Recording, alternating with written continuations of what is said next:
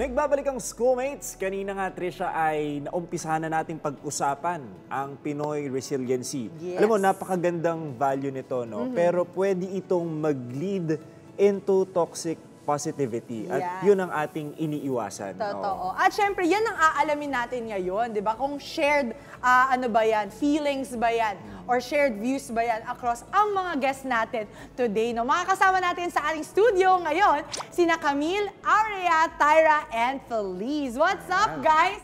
On the topic of toxic positivity, pero syempre, root muna tayo sa Filipino resiliency. Lagi natin yan naririnig, lalo na kapag bagyuhan season, di ba? Okay. So, guys, sa inyo ba, do you feel na Filipino resiliency is alive? And meron ba kayong kwento na masashare sa amin na it is alive and we've experienced it in these scenarios? So, siguro simulan muna natin kay Feliz. Yan. Of course, resiliency is alive na alive po sa ating kultura. So, pagiging Pilipino, kaakibat na talaga natin yung pagiging resilient. So, sabi nga po ni Ate Trish, sobrang kapag bagyuhan season, nakikita natin yung mga Pilipino na nakangiti pa rin despite the calamities that we're currently facing. So, I think it's very much alive sa ating kultura po. Personally ba, may mga takes din kayo or kayo mismo nung binagyo kayo? Or any form na kumbaga naranasan nyo na merong sakuna or other forms kung saan nakita nyo na ang mga Pilipino talaga nakakabangon or bumabangon. Tyra? Yeah, 32 years resilient. Wow! Wow. Testamento. Yes, Kasi correct. I was born and raised in Hagonoy, Bulacan. So we are really known for being a flooded area kasi we are catch basin. And for all those years, I've seen na Filipinos na talagang after that parang move on and then life must go on, parang ganon. So I see that every day like nung nandun ako until I moved here in Manila, pero I still go back and forth. Pero dumating na din ako dun sa point na parang yes, we are resilient, pero parang may mali na. There's something wrong with being resilient. Parang napapagod na ako. Parang paminsan give na lang. Give na lang. Parang pag-give up na ako dun sa resiliency. Yeah. So, yes, Camille muna, no? For me naman po as a fan of positive thinking, I think yung resiliency po isa siyang positive thinking for me. I-connect ko na lang po siya sa studies po. Merong time na you'll be magbe-breakdown ka, magbe-burnout ka dahil maraming activities, researches, clinical reports, yan, pagod ka na. But then, after po maraming challenges, at the end of the day, at after this, matatapos ko to and ayun, magiging successful ako and may isip ko after this, I will reach my goal po. So, Camille, you're still a student? Yes po, student. Alright. Sige, Aurea, dahil nabigyan ka ng testamento. Opo. Ayun naman po. Ako naniniwala rin po ako na buhay pa rin po yung resiliency sa ating mga Pilipino.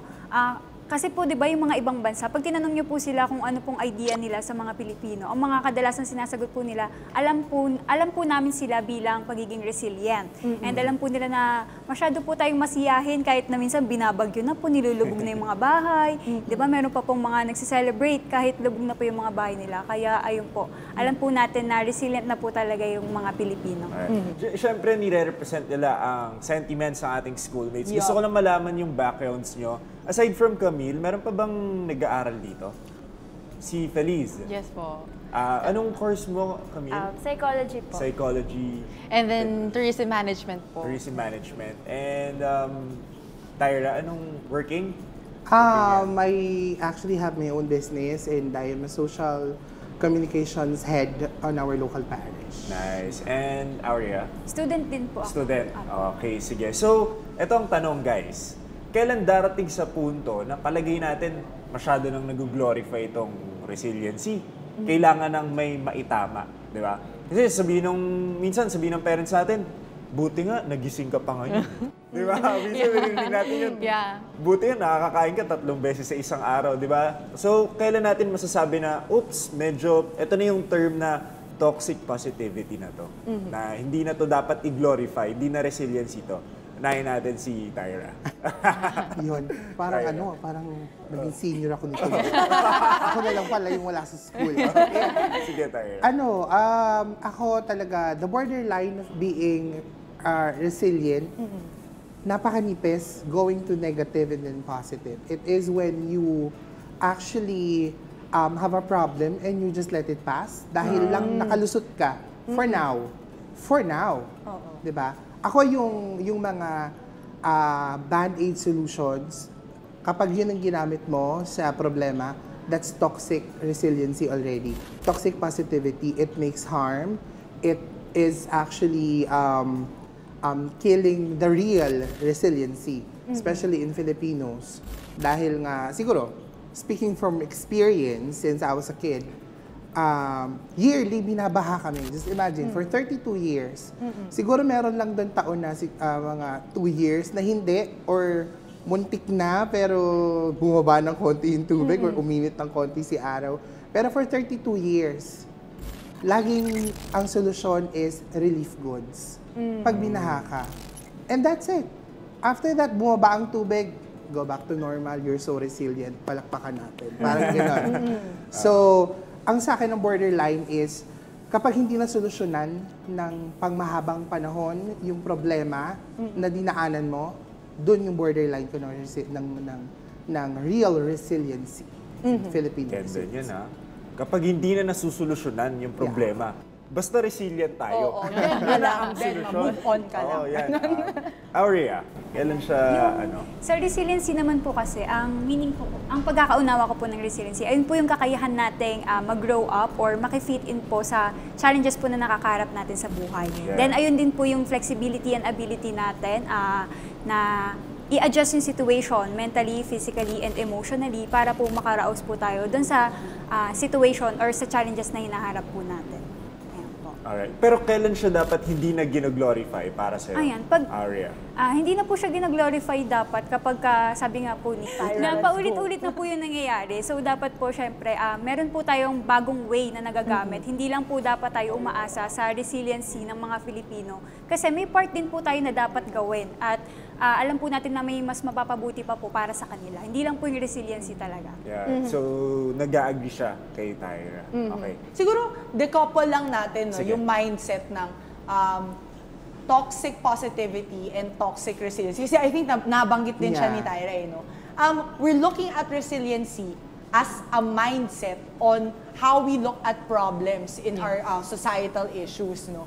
Iba rin yung atake ng toxic resiliency kasi it's a form of resiliency.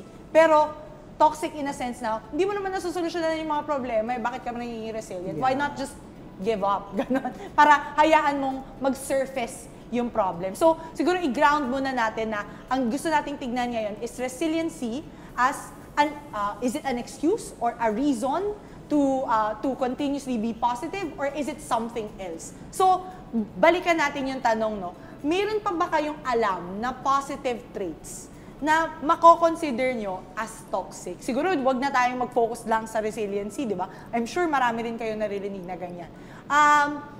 Is resiliency or toxic resiliency equal toxic positivity? Or can you prove otherwise? So siguro, ano muna ako? Camille? Oo. Tingin mo ba ang toxic resiliency equals toxic positivity? Or ano ba ang tingin mo sa kanya? I think po, again, yung resiliency nga po is sabi nila, pwede siyang maging excuse. Pero yung resiliency po, I think, is before you say na you are resilient po, sa isang problem or circumstance, you have to take action din po. To call it after this, bago mo naman po masosolusyonan yung isang problem is you have to fix it. I mean, you have to do action.